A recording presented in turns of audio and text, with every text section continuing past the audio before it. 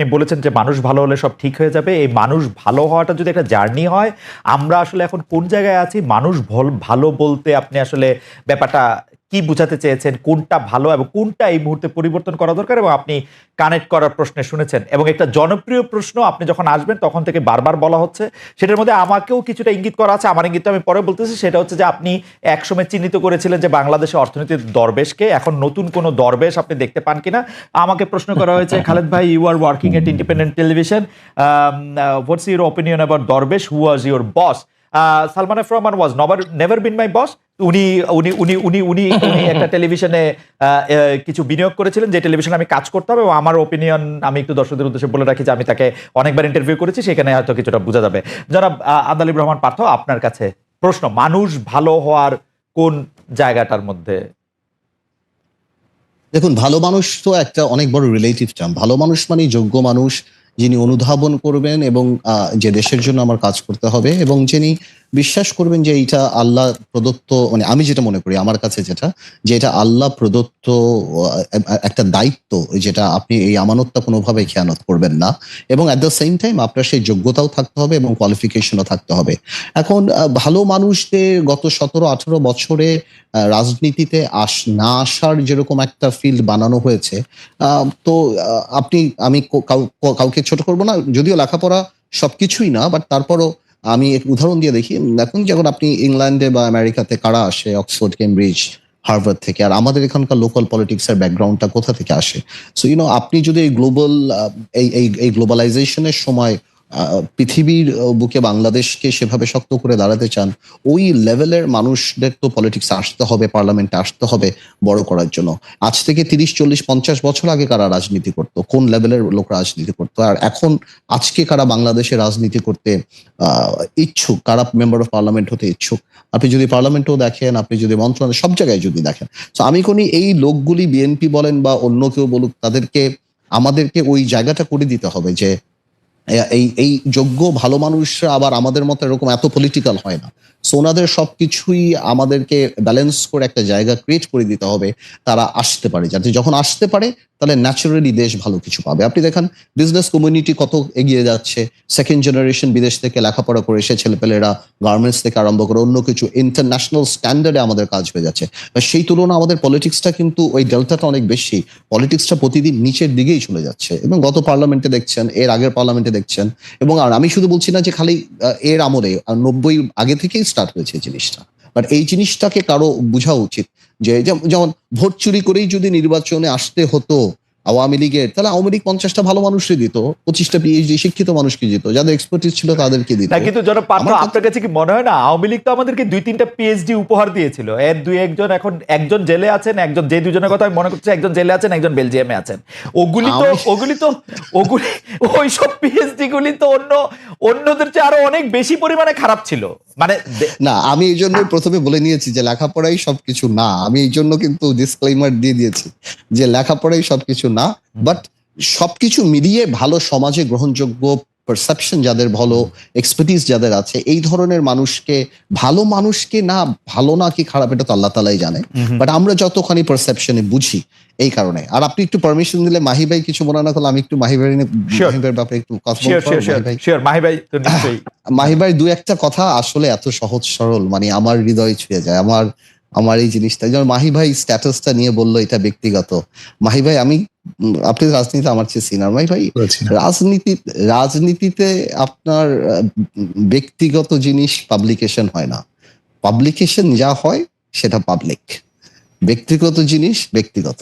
আপনি যখনই দেশনেত্রী খালেদা জিয়ার অসুস্থতার ব্যাপারে আপনি স্ট্যাটাস দিবেন, দ্যাট ইজ পাবলিক, অ্যান্ড মানুষ সেটাকে তখন মনে করবে এটার মধ্যে পলিটিক্স আছে, এটার মধ্যে অন্য কিছু আছে। যদি না হয়তো এত অসুস্থ ছিল যখন খালেদা জিয়া বা দেশনেত্রী এবং খালেদা জিয়া, ততক্ষণ যখন আপনি স্ট্যাটাস দিয়েছেন কিনা, হঠাৎ এখন আপনি স্ট্যাটাস দিচ্ছেন কিনা, সেগুলি কিন্তু আপনার ক্রিটিকরা সবাই যাচ করবে। আপনি কোনোভাবেও আপনি এই ডিফেন্সটা দিতে পারবেন না। সম্পূর্ণ আমি বলছি যে এটা ব্যক্তিগত হলে এটা আপনার অফিসিয়াল ফেসবুকে আসবে। আমি কোনো ডিফেন্স আমি বলছি নাম্বার 1 ভাই আপনি বলেন, পার্থ শেষ করুক। আপনি বলেন। আমি ডিফেন্সের কথা বলছি। আমি বলছি যে আপনি খুবই আমি শিওর জি, of course. আপনি খুবই ব্যক্তিগতভাবে টাচড হয়ে যেমন you lost your father few days back আপনি স্ট্যাটাসে দিয়েছেন, এবং আমি এটা বিশ্বাস করি, আমি নোয়িং ইউ, আমি আপনাকে বিশ্বাস করি যে আপনি একদমই সহজ সরলভাবে এটা দিয়েছেন, কিন্তু পাবলিক পারসেপশনটা কিন্তু আলাদাভাবে যায় যখনই আপনি পাবলিক ডোমেনে বলেন। আরেকটা কথা আপনি বারবার বলেছেন যে আপনি বিকল্প ধারার মুখপাত্র, এইটাতেও আমার মনে হয় যে মুখপাত্র ছাড়াও কিন্তু মাহিবা আপনি বিকল্প ধারার one of the major decision making বডির একটা প্রমিনেন্ট মানুষ। তো সুতরাং আপনাকে যখন মূল্যায়ন করা হয় শুধুমাত্র মুখপাত্র হিসেবে মূল্যায়ন করা হয় না, যে কোনো কারণেই, হয়তো আপনাদের পলিটিক্যাল সিদ্ধান্ত, অফকোর্স বি চৌধুরী সাহেব অনেক বড় রাজনীতিবিদ ছিলেন, আপনাদের পলিটিক্যাল সিদ্ধান্ত আপনাদের, কিন্তু শুধু মুখপাত্র যদি আপনি বলেন তাহলে আপনি আপনার উপর ইনজাস্টিস করবেন, কারণ অফকোর্স আপনি ডিসিশন মেকিং প্রসেসে অনেক প্রিডমিনেন্ট রোলও আপনি প্লে করেন বিকল্প ধারায়। সাহসের প্রসঙ্গে আমি একটু জনাব আব্দুল রহমান পার্থ আপনার কাছে যাই, যে আপনি অনেক জায়গায় আপনার সাহসের প্রশংসা পান, কিন্তু পাশাপাশি এই জিনিসটা আপনার কাছে তো আপনিও নিশ্চয়ই অনেকবার শুনেছেন যে আপনার আসলে কোনো কিছু কেয়ার করতে হয় না, কারণ হচ্ছে যে আপনি সাবেক ফার্স্ট ফ্যামিলির খুবই নিকটাত্মীয়, অন্যদিকে আপনি যে রাজনীতিটা করছেন সেটা আবার আপনি বিএনপির সাথে ঘনিষ্ঠ, আবার পুরোপুরি বিএনপিও করছেন না। আপনার সাহস দেখানোর কারণ কি আসলে এইটা, নাকি আপনি কিভাবে এটা ব্যাখ্যা করেন? যে সাহস মাইবাই দেখাতে পারেন না, সেই সাহস আপনি সহজেই দেখালেন, এটার পেছনের কাহিনীটা আমরা একটু শুনতে চাচ্ছি। না, এই কথাগুলি আসলে তারা বলে যারা আমাকে আর অন্যভাবে ছোট করতে পারে না। মাহি ভাইও জানে what I have been through, আমি জানি, মাহি ভাই জানে, আমি 2 বার জেলও খেটেছি, মামলা হয়েছে, আর আমি করি তো, আমি তো শুধুমাত্র আওয়ামী লীগের ব্যাপারে না, এটা তো এই যে ইউনূস সাহেব আসার পরেও তো আপনি লক্ষ্য করেছেন, I was the first person to say যে জগ আর মগ নাড়ানোর জন্য তো আর ইউনূস সাহেব আসে নাই। আমি ওই দিনও পাবলিক মিটিং এ বলেছি যে আওয়ামী লীগের মাথা 17 বছরে শেষ হয়েছে, তোমাদের মাথা শেষ হতে 17 মিনিট লাগবে না। তো আমার কথা ছিল যে আমার ব্যক্তিত্বটাই এমন যে আমি এভাবে কথা বলি, তো এটা কি আসলে সাহস হলে এমন বা অসাহসের ব্যাপার? এটা হলো যারা ওই আমাকে অন্যভাবে আর কি ডিমিন করার উপায় পায় না, তখন তারা ফ্যামিলি কার্ডটা খেলে। বাট ওরা যদি দেখে আমিও 9 দিন রিমান্ডে ছিলাম, জেলে খেটেছি, আমিও পালিয়ে বেরিয়েছি, আমিও এর আগেও জেল খেটেছি, এবং সব দিক থেকে এখন কেউ যদি মনে করে আমাকে নর্মাল একটা ইউনিয়ন বা ইসের কর্মীর মতো ধরে নিয়ে যে পিটিয়ে একদম হাত পাও ভেঙে দিবে, আমার মনে হয় জাতীয় পর্যায়ের নেতাদের তো এগুলি আওয়ামী লীগ করে নাই, যদি করতে হয়তো সেটাও ফেস করতে হতো। কিন্তু আসলে জিনিসটা এরকম, আমার মনে হয় যারা এই কথাগুলি বলে ওনাদের বোঝা উচিত এক একটা মানুষের ব্যক্তিত্ব এমন থাকে। আবার এই সরকারকে আমি 100% সাপোর্ট করছি, এবার বস্তুনিষ্ঠ সমালোচনা করে জায়গায় করছি। আমি বিএনপিকেও যখন ছেড়ে দিয়েছিলাম, আওয়ামী লীগে আমি যাইনি, অনেকে মনে করতো তখন এই বুঝে আওয়ামী লীগে চলে যাবে এই আত্মীয়, এবং যখন ফারুক সাহেব মারা গিয়েছিল অনেকে মনে করেছিল আমি গুলশানে নির্বাচন করব, সেখানে আমি হিরো আলমকেও সাপোর্ট করেছি। সো তাও আমি যাইনি। সো আমার পার্সোনালিটিটাই জানি কেন জানি খালেদ একটু এই টাইপের, এটা মাহিবাইও জানে। আপনি যেহেতু কথাটা তুললেন সেইটা খুবই ইন্টারেস্টিং, যে আপনি আসলে হিরো আলমকে সাপোর্ট করে দিলেন এবং হিরো আলমকে বিভিন্নভাবে সামনে নিয়ে আসলেন, এবং পুরো ইলেকশনটাকে একটা, আমি যদি বলি যে এটাকে একটা প্রায় ফার্স আপনি বানায় দিলেন। এটা কি আপনি এটাকে আপনি একটা আপনি এখন এটাকে আসলে কিভাবে দেখেন, হাউ ইজ দ্যাট? না, জিনিসটা আসলে এরকম ছিল না, জিনিসটা ছিল আপনারা হয়তো হিরো আলমকে বলছেন, কিন্তু হিরো আলমের ওই কোয়ালিটিটা দেখেন যে আওয়ামী লীগের কাছে বিক্রি হয় নাই হিরো আলমকে আপনি তার বেড়ে ওঠা বা তার পার্সোনালিটি দেখে যথেষ্ট আপনি প্রশ্ন করতেই পারেন, কিন্তু কিছু কিছু জায়গায় আমি যখন দেখেছি যে আওয়ামী লীগের কোটি টাকার কাছেও বিক্রি হয় না, বা সাহসের সাথে যেভাবে ফেস করেছে, বাংলাদেশে অনেক স্ট্যাবলিশ রাজনীতিবিদদের চেয়েও তাকে আমার ওই জায়গাটা আমাকে অনেক টাচ করেছে। আমার কাছে ব্যক্তিগতভাবে যে মন্তব্যটি সবচেয়ে বেশি আসছে সেটি দিয়ে আমি আসলে প্রশ্নটি শুরু করতে চাই। সেটি হচ্ছে এরকম যে 2001 সালে বিএনপি ক্ষমতায় আসার পর আপনাকে আসলে দেশ থেকে চলে যেতে হয়েছিল। এবার আপনি এরকম কোনো কিছু আশঙ্কা করছেন কিনা, যদি বাংলাদেশে আওয়ামী লীগ সরকার না থাকে তাহলে এবারও আপনাকে দেশ থেকে চলে যেতে হতে পারে, অবস্থাটা কিরকম সেটা দিয়ে যদি আমরা আসলে শুরু করি। গুম, খুন, বাংলাদেশের রাজনীতির বর্তমান হাল অবস্থা। জনাব শামীম ওসমান। জি খালেদ ভাই, আপনাকে ধন্যবাদ। আপনি যে প্রশ্নটা করেছেন, আমি সেটার উত্তরটা যদি দেই তার আগে আমি অ্যাকচুয়ালি অন্য একটা কথা বলতে চেয়েছিলাম। ওই কথা আমি পরে আসবো, যেহেতু আপনি বলছেন যে এই প্রশ্নটা এসছে 2001-এর পরে আমাকে দেশ ছেড়ে যেতে হয়েছে। ইট ইজ ট্রু যে আমাকে দেশ ছেড়ে যেতে হয়েছে, এবং আমি যে দেশ ছেড়ে গেছি সেটা জাতির পিতার কন্যা মাননীয় প্রধানমন্ত্রীর একবার না কয়েকবারের নির্দেশের পরিপ্রেক্ষিতে। তো সেইখানে যে বিষয়টা হচ্ছে যে আপনার খুব স্পষ্ট মনে আছে যে 2001-এর আগে আমি নারায়ণগঞ্জে সারা বাংলাদেশের বুদ্ধিজীবী বলতে কবি শামসুর রহমান সাহেব, প্রফেসর কবি চৌধুরী স্যার, মান্নান স্যার, মানে এই ধরনের যারা বিচারপতি কে এম সোহান স্যার, ওনাদেরকে নিয়ে প্রায় 65 জন বুদ্ধিজীবী যারা বুদ্ধি বিক্রি করে খেতেন না, হ্যাঁ, যারা সত্যিকারী বিদ্যুদীপ্ত মানুষ ছিলেন, তাদেরকে নিয়ে নারায়ণগঞ্জে একটি অনুষ্ঠান করেছিলাম জাহানারা ইমামের স্মরণে। তো ওইখানে তোলাম করে যে একটা ভবন হওয়ার কথা ছিল আর্টস ফ্যাকাল্টি আমার পিতার নামে, কে এম শামসুজ্জোহার নামে। তো ওইটা তখন সবাই বলেন, তো জাহানারা ইমামকে আমি ব্যক্তিগতভাবে খুব শ্রদ্ধা করতাম একজন মুক্তিযোদ্ধার মা হিসাবে, এবং আমার মনে হয় ফারুক ভাইও শ্রদ্ধা করবেন, যদিও বিএনপির আমলে উনি প্রচন্ডভাবে নির্যাতিত হয়েছেন ক্যান্সারের রোগী হওয়ার পরেও। তো সেইখানে আমরা ওনার নামে ভবনটা করি, এবং সেই দিন ওই ভবনটা করার পর একটা বিশাল সমাবেশ হয়, ইয়াং জেনারেশনের সমাবেশ। সেই সমাবেশে স্যাররা যারা ছিলেন, যাদেরকে আমরা শ্রদ্ধা করি এবং সারা জীবন করব, এর মধ্যে আমার মনে আছে কবি চৌধুরী স্যার উনি কেঁদে দিয়েছিলেন, আমার মামা হাসান ইমাম সাহেব কেঁদে দিয়েছিলেন, দিয়ে বলেছিলাম এখান থেকেই শুরু করো, যেহেতু নারায়ণগঞ্জে আওয়ামী লীগের শুরু হয়েছে, এখান থেকে শুরু করো। আমরা কি চান, বলে যুদ্ধাপরাধীদের বিরুদ্ধে কথা বলো। তখন আমরা বলেছিলাম যারা 30 লক্ষ মানুষের জীবন নিয়েছে, 2 লক্ষ মানুষের সম্ভ্রম নিয়েছে, ওই গোলাম আজম গং, শুধুমাত্র এই গোলাম আজম গং কথাটা উচ্চারণ করেছিলাম, যে তাদের এই নারায়ণগঞ্জের পবিত্র মাটিতে প্রবেশ নিষিদ্ধ। এই কথা বলার পরিপ্রেক্ষিতে কিন্তু 2001-এর 16 জুনে, এরপর আপনি দেখবেন তার কিছুদিন পরে জামাতের গোলাম আজম 3 জায়গায় ঢুকতে যান, মুন্সিগঞ্জ, নরসিংদী ঢুকতে পারেন নাই। তখন জামাতের মজলিসে শুরা মিটিং করার পরে জামাতের শামীম ভাই, আজম সাহেবকে, শামীম ভাই আপনি আসছেন এবং ফারুক ভাই আসছেন, সেজন্য আমাদের অনেক প্রশ্ন আছে। আপনি যদি একটু সংক্ষেপে বলতেন, আমাদের আসলে প্রশ্নের শুরু শেষ নাই, এত প্রশ্ন আপনার কাছে ফারুক ভাইয়ের কাছে। জি জি জি জি আমি চেষ্টা করব যে মানে তাড়াতাড়ি শেষ করতে, কিন্তু আমি যদি সাবজেক্টটা বলতে না পারি তাহলে উত্তরটা দিতে পারবো না, তাই না? জি জি। তো থিং ইজ লাইক দ্যাট। তো যাই হোক, পরে নিজামী সাহেবকে ইয়ে করা হয়, জামাত ইসলামের আমির তৈরি করা হয়, এবং তারপরে আমাকে দলের থেকে জানানো হয়, সরকার প্রধান থেকে প্রধানমন্ত্রী জানান যে আমার উপরে হামলা হবে, আমাকে ঢাকা থেকে বলা হয়। আমি সেটা শুনি নাই, আমি ভেবেছিলাম যে ওরা সামনের থেকে মারবে, তো মুক্তিযুদ্ধের সন্তান তো সামনের থেকে মারলে ফেস করতাম।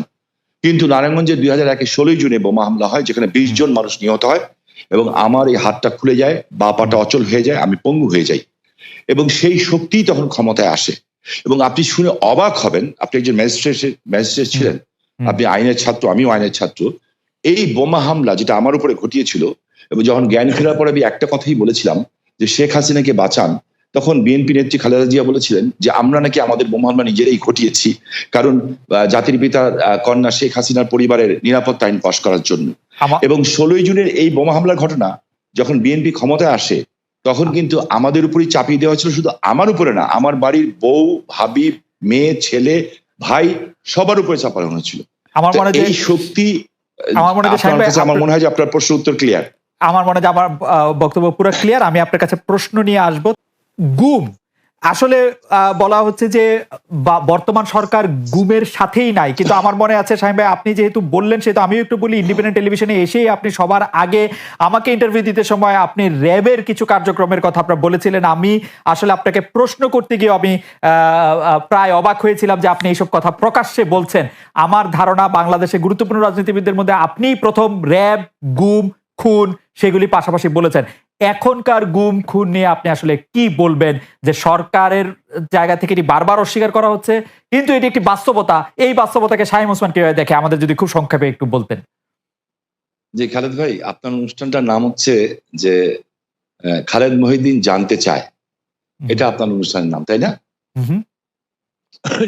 আর আমার বক্তব্যটা হচ্ছে, আমি খালেদ মহিউদ্দিন সাহেবকে কিছু বলতে চাই।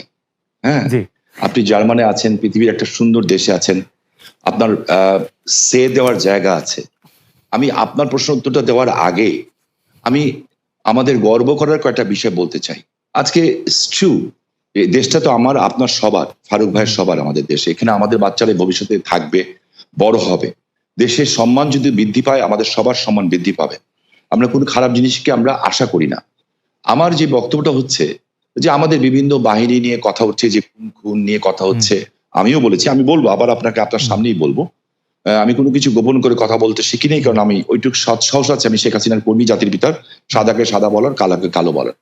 বাট আমার তার আগে আপনার মাধ্যমে খালেদ ভাই, আমি কালকে বাঁচব না জানি না, আপনি একটা ভালো জায়গায় আছেন, জার্মানি একটা ডয়েচ টেলিভিশনের সাথে আছেন, আমি আপনার কাছে অ্যাপিল করছি, রিকোয়েস্ট করছি এই বিষয়টা তুলে ধরার জন্য, যে আজকে বাংলাদেশের আমাদের প্রতিরক্ষা বাহিনী, আমাদের সেনাবাহিনী, আমাদের বিমান বাহিনী, আমাদের পুলিশ, আমাদের বিজিবি, আমাদের র্যাবকে নিয়ে কথা বলা হচ্ছে, কিন্তু আপনি লক্ষ্য করে দেখেন গত 4-5 দিন আগে বাংলাদেশের আমাদের শান্তি রক্ষা করতে যেয়ে 3 জন সেনাবাহিনী সদস্য নিহত হয়েছেন। আমি তাদেরকে প্রথমে শ্রদ্ধার সাথে স্মরণ করতে চাই। সৈনিক শরীফ হোসেন, সৈনিক জসিমউদ্দিন, সৈনিক জাহাঙ্গীর আলম, আর টহল কমান্ডার মেজর আশরাফুল হক সাহেব আহত হয়েছেন। জি, আজকে আপনার কাছে আমার একটা প্রশ্ন, না জাতির, পৃথিবীর, বিশ্বের কাছে প্রশ্ন, শান্তির জন্য নোবেল পুরস্কার দেওয়া হয়, এমন এমন লোকও আছেন যারা শান্তির সাথে জড়িতই না, কিন্তু তারা নোবেল পুরস্কার পান। আমি কোনো ব্যক্তির কথা বলবো না, বাট আমি খালেদ মহিউদ্দিন সাহেবকে বলতে চাই যে এই ভয়েস রেইজ করার জন্য, যে আমার বাংলাদেশে প্রতিরক্ষা বাহিনী পৃথিবীর শান্তির জন্য, এই বিশ্বের শান্তির জন্য আমার গর্ব, আমার বাহিনী 139 জন মানুষ জীবন দিয়েছে, 139 জন মানুষ। আমার মনে হয় যে শাহিন ভাই আপনার বক্তব্য এই অনুষ্ঠানের মধ্যে পরিষ্কার, এবং কেউ এটা নিয়ে আসলে দ্বিধা করবে না, কিন্তু আমরা যদি আজকে না আমাকে দিয়ে বলতে না দেন, আমি আর বলবোই না। জি আমাকে কথা বলতে দেন, because it is my feelings, এটা আমার দেশপ্রেম, এটা আমার ভালোবাসা দেশের প্রতি। এবং ইনজুর্ড হয়েছে 237 জন। এইখানে আমি যেটা বলতে চাই, আমি, আপনি, ফারুক ভাই, কিংবা আমরা সকলে কণ্ঠে কণ্ঠ মিলিয়ে কেন বলতে পারবো না যে আমার প্রতিরক্ষা বাহিনীকে শান্তিতে নোবেল পুরস্কার দেওয়া হোক।